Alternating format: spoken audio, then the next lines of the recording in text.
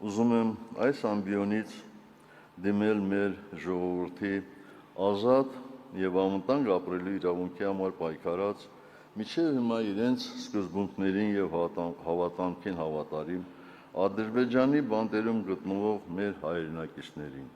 իմ ընկերներին։ Տղերք, ես ձեզ հետ եմ ամեն օր, չափազանցություն չլինի, ամեն ժամ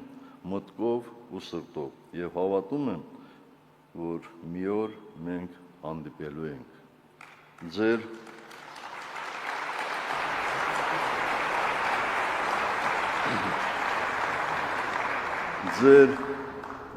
արժանապատիվ կեցվածքը անմարդկային այդ պայմաններով ավելի խոսուն է եւ հարգանքի արժանի, քան ազատության մեջ շատերի պահվածքը։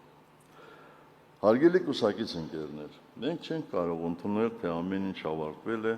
թե Արցախը ջփակված է, ինչպես փորձում են պարտադրել կապիտուլյանտները իրենց սուտ ու փուչ խոցելի ու կեղծ խաղաղության քարոզչությամբ։ Միջազգային երաշխիքների ներքո իրենց բնակավայրեր Արցախի հայրերի արժանապատիվ վերադարձի իրավունքը անհագտելի իրավունք է եւ որևէ մեկը չի կարող այդ իրավունքից զրկել արցախցիներին, թեև մենք համոզված ենք, որ եթե Հայաստանի գործող կառավարիչները վերընտրվեն, ապա այդ անհագտելի իրավունքն էլ են աչքաթող անելու։